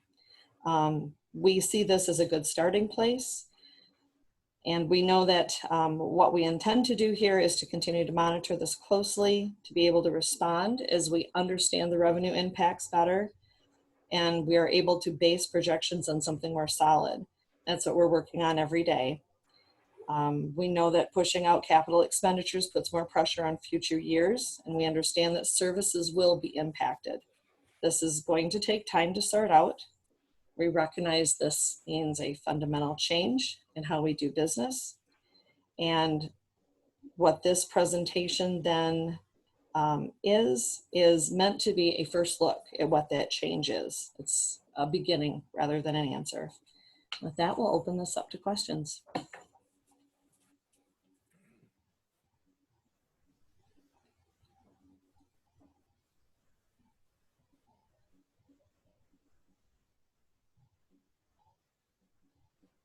I see Tom's hand up. Oh, sorry. Yes, indeed. I'm sorry. The revenues, this is Tom. The revenue scenario that you have, you said 37% reduction.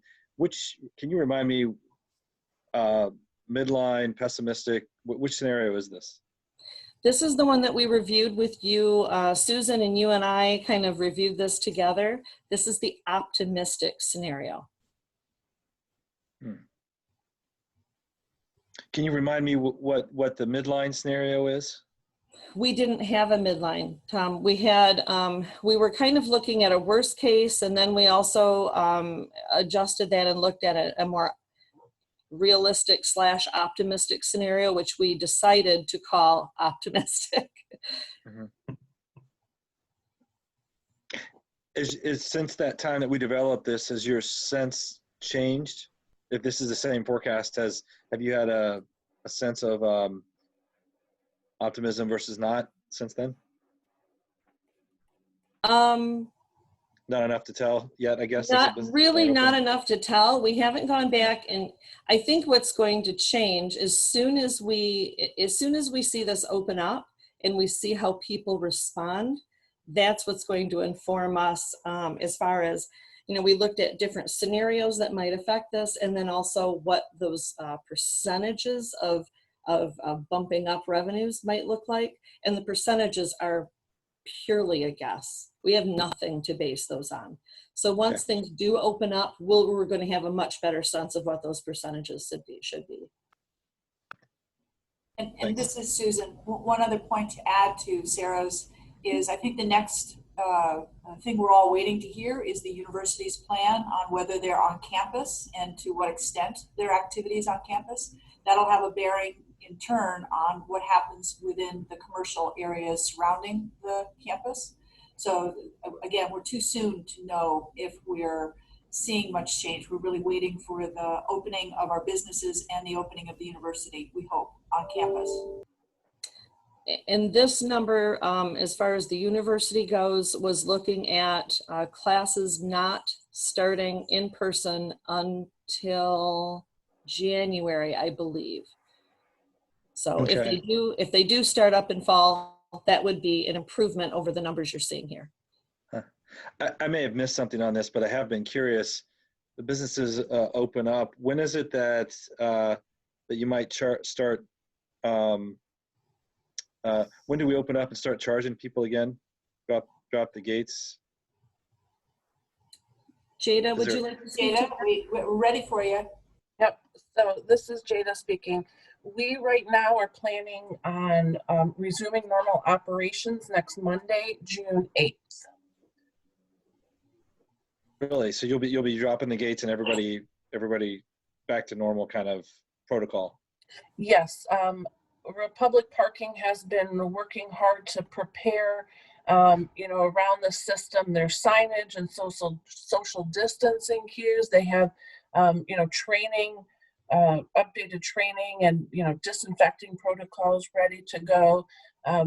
Plexiglass shields have been installed in workplaces and cashier booths, where it makes sense. So they've been doing that work, and with the change to the stay-at-home order, they're ready to go for next Monday.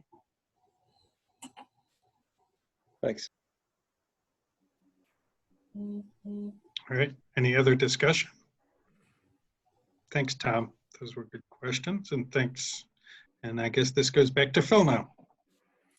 Yes, thanks, Keith. As Jada said in her presentation, I have a resolution that I would like to move to approve a project budget for the 4th and Washington parking structure elevator repairs.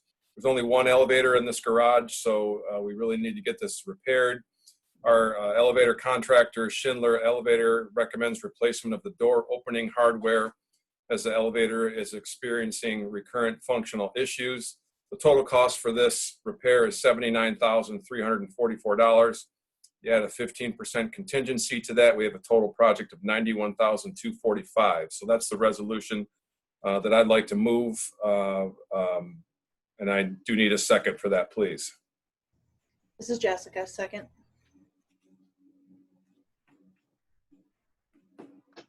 Any questions or discussion? Sorry, my internet blipped out for a moment there. Where are we here? We've got a second on the table from my resolution, okay, and we're opening up to discussions at this point. All right. Thank you. Mm-hmm.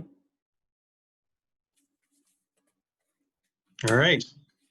Hearing no discussion, I'll ask for unanimous consent, but feel free again to jump in to approve the resolution to approve a project budget for 4th and Washington elevator repairs.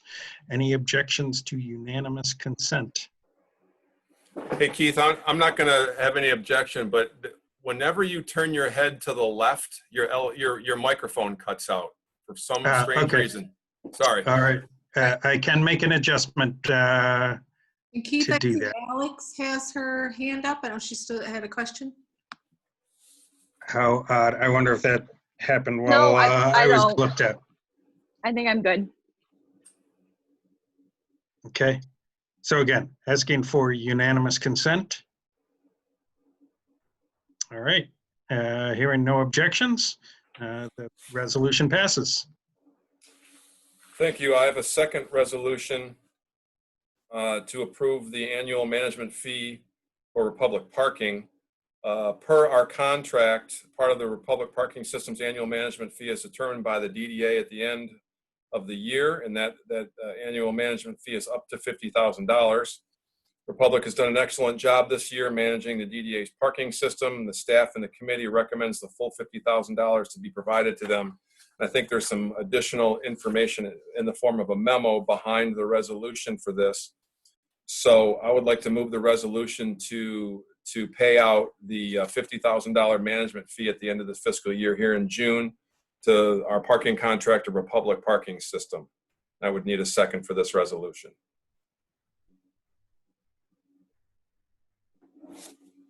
Do we hear a second? Molly, second. Thank you. Discussion.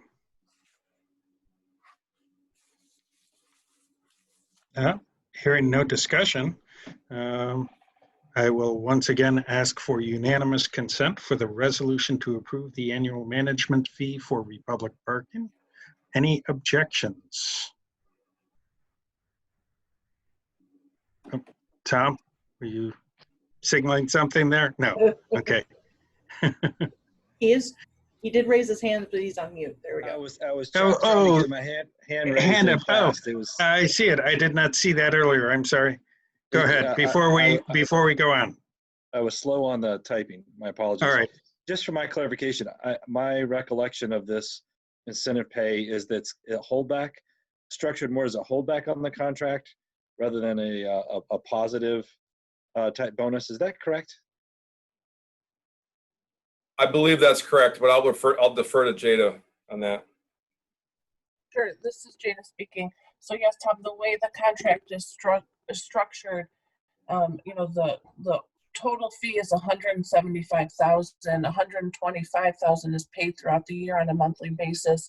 but you're correct. The second part is meant, it's described in the contract as a performance-based component. So it's where we, find ourselves at the end of every contract year, just kind of checking in and making sure that they met our expectations, that they, did any kind of special work or assignments that, we asked them to. Have we ever not paid them that? Is this really part of the normal payment that they get in the end? This is Susan. I'll jump in because I have the historical perspective.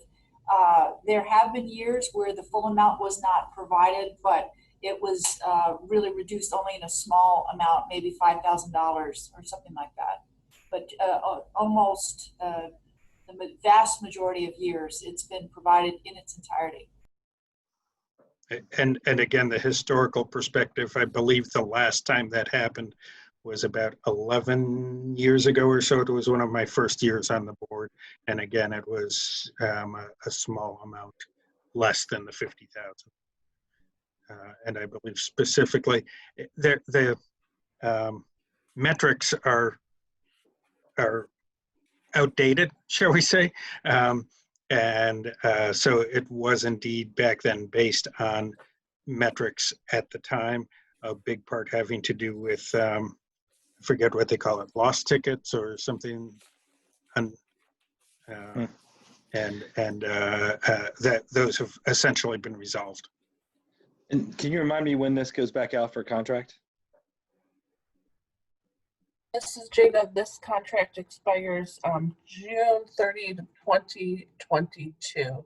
So working backwards, the operations committee and I have, kind of talked about our plan, and this is something we'll get to work on at the end of 2020, just because it's a lengthy process and needs to be done very thoughtfully. So we'll be starting with that this year.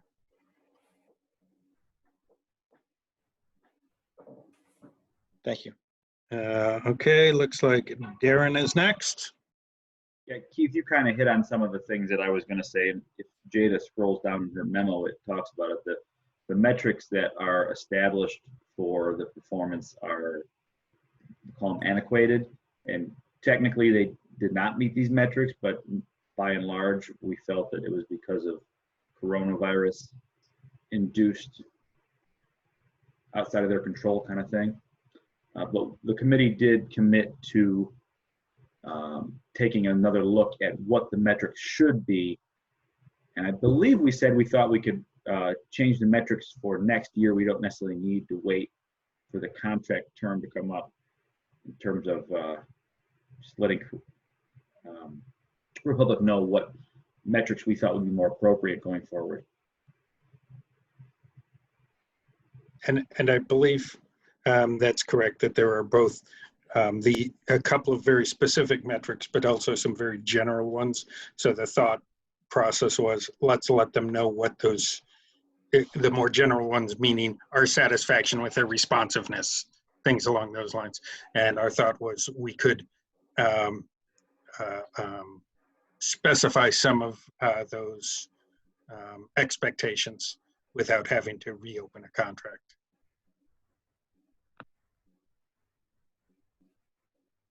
Any further discussion? Oh, Molly, there we go.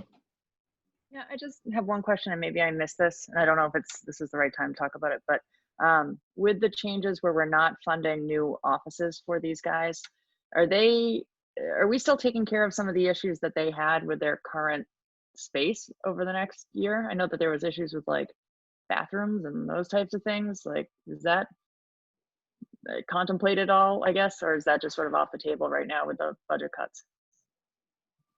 Molly, I'll address that. This is Phil Weiss. We're not moving forward with any of the office upgrades due to the budget cuts. I hope that someday we can get back to that once we return to some relative normalcy with our revenue stream.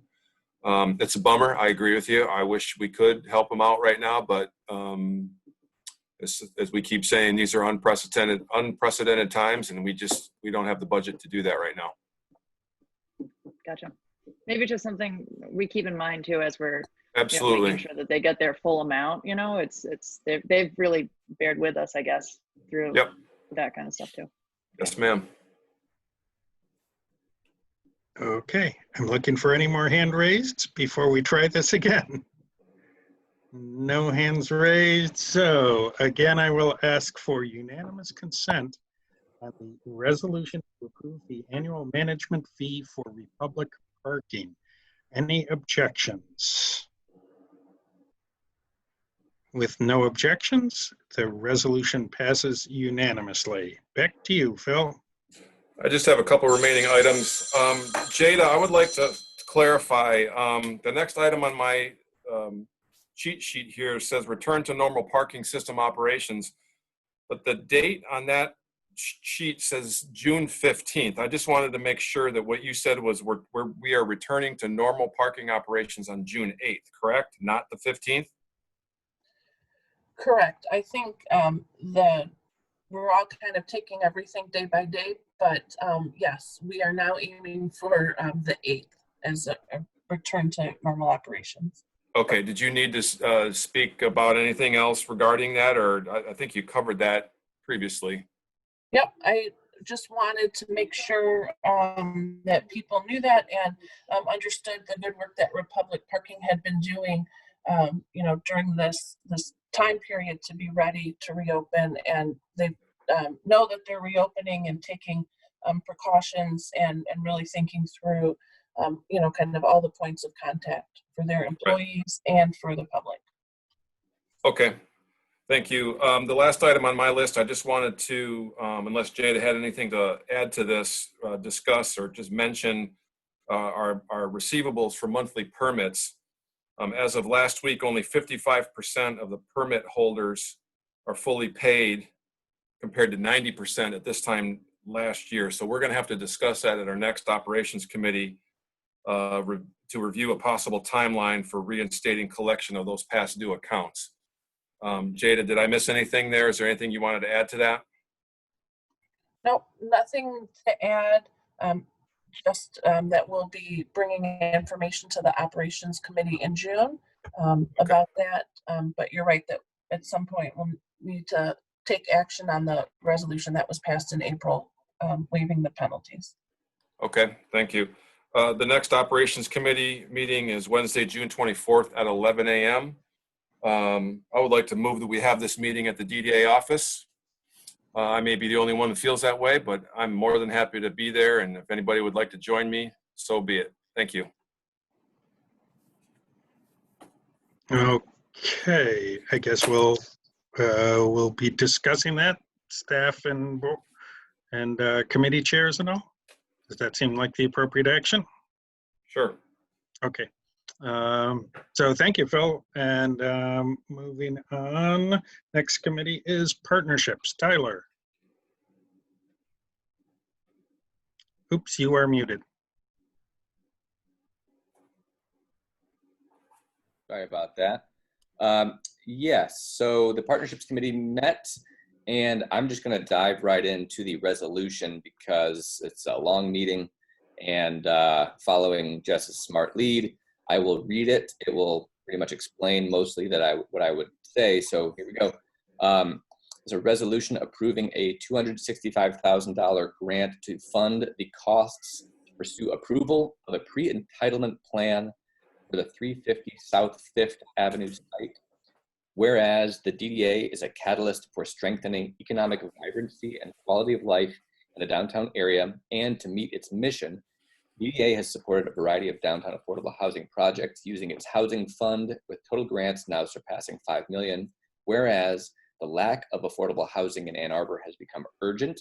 Whereas the city commissioned a feasibility analysis of the development of affordable housing on multiple city-owned properties, which included 8 downtown sites, including the 350 South 5th Avenue former Y-Lot property. Whereas on April 20th, City Council approved enactment R-20-139, which was a resolution to direct the city administrator, Ann Arbor Housing Commission, and Planning Commission to create proposed application materials, review and recommend development entitlements to the City Council for 350 South 5th Avenue. Whereas funds are needed to support the costs of planners, material development, and other costs associated with this entitlement process. Whereas the Ann Arbor Housing Commission has requested a $265,000 grant from the DDA's Housing Fund fiscal year 21 budget to fund the cost to pursue pre-entitlement approval of a future development on 350 South 5th Ave, which will include a substantial number of new affordable housing units.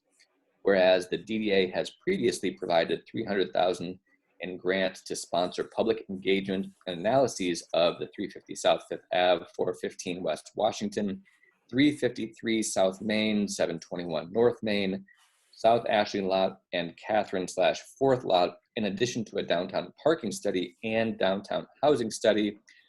Finally, whereas DDA staff recommends approval of this request, and the Partnerships Committee also recommends approval of this request. Resolved, the DDA approves the grant to the city for $265,000 from its fiscal year 21 housing fund budget to support the pre-entitlement work on the 350 South 5th site in pursuit of the future construction of affordable housing units on this site. Okay, so discussion. Well, first, Tyler, could you move that? Oh, well, I'd like to move this resolution approving a $265,000 grant to fund the costs to pursue approval of a pre-entitlement plan for the 350 South 5th Avenue site. And we'll need a second. This is Mike, I second. All right, thank you. Go ahead. Discussion.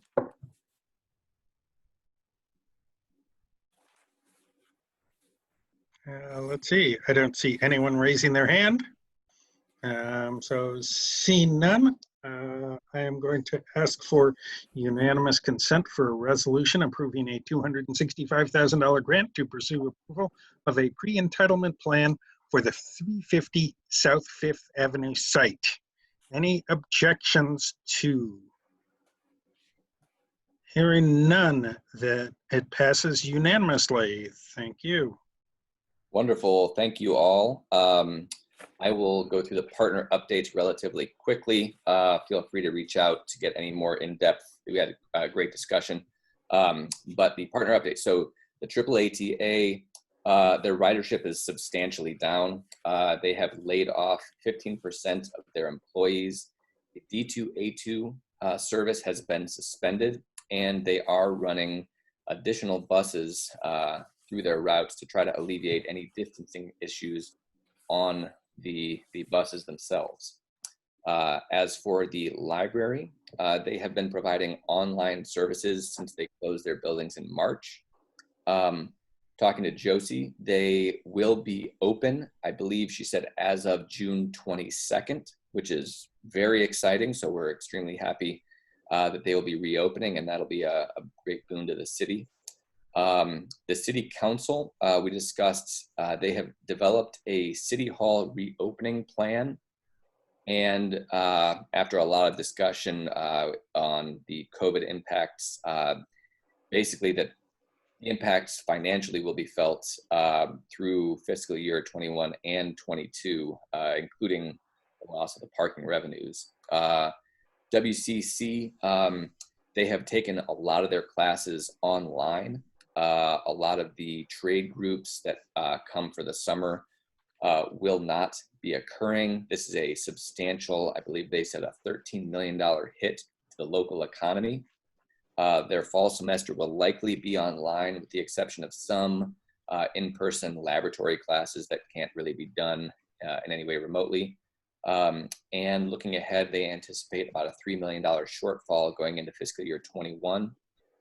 Finally, the Planning Commission, we talked about a number of of what they're working on, but one interesting thing, they are discussing an ordinance change so that solar panels on roofs will not be included in the building's total height calculation, which I think will alleviate a lot of the issues of buildings being built to the maximum height, and then the solar panels taking them above that and restricting them. So that concludes an overview of the partnerships meeting. If you'd like any more detail, feel free to reach out. The next meeting is on Wednesday, June 10th at 9 a.m. It's a DDA only meeting, but you're welcome to participate. And I welcome anyone to come and view. And yeah, I think that concludes the partnerships update. We may or may not be in person, I'm not sure, but that will be decided in the coming week. All right, thank you, Tyler. Which, since we've already done the Finance Committee, brings us to the Executive Committee report, which is easy. We did not meet today. The next Executive Committee will be next, again, 1 hour before next month's DDA board meeting. The next board meeting is on Wednesday, July 1st at noon. And please note, it's going to be followed by the DDA's annual meeting. That's where we elect officers and all of that. Is there any DDA new business to discuss? All right, seeing none. Are there members of the public who wish to address the DDA board? If you're attending by computer or phone with the Zoom app, please use that raise your hand function. One of the few times we'll use that. I don't see any of those. If attending by phone or audio only, please unmute your microphone and request a comment, and I will call on you. Still looking up and down there. So it looks like we have no requests to comment here at the end of the meeting, which means I am looking for a motion to adjourn. So moved. I believe that was Micah, and a second. A second. It's Marie. And Marie, thank you. And I will ask for unanimous consent on this motion. All right, seeing none, this meeting is adjourned. Thank you, everybody.